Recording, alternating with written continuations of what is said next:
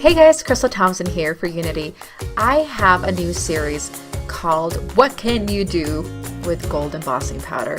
I am creating a fun fall card using some gorgeous new stamps. To begin, we are using the Gracie Ellie Designs Obsessively Grateful along with Gold Embossing Powder. So let's get started. We are going to begin by inking up with embossing ink the fall from the Obsessively Grateful and then adding some gold embossing powder. I'm using Simon Says stamp, but you can use anything you like. Next, we're going to stamp those sleeves, again repeating the process with the embossing powder and doing the bigger leaves with the gold embossing powder. I felt there needed to be some fill-in, so we're just going to add those slight corners of the leaves. Add in more embossing powder, heat setting it again, and we are ready to watercolor.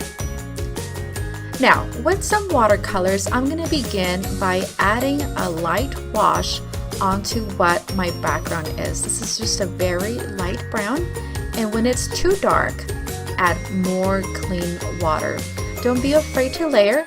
Try to stay away from the actual leaves, so when it dries, you do not have some of that color mixing. We're going to let that dry just a bit and move on to the leaves. We're going to add a bit of purple, very light wash. We're going to let that soak in, move into our next leaf. This is just a blue. Let that soak in and do an orange. Move on to the next leaf, doing the yellow, the green, and then an olive green.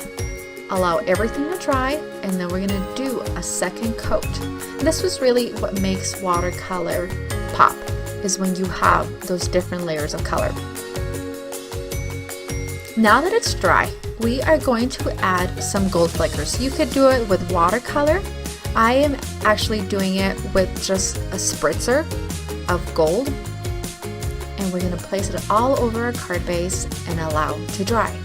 And this is just one of the 3 cards I have for my watercolor gold embossing series. I hope you enjoy this tutorial.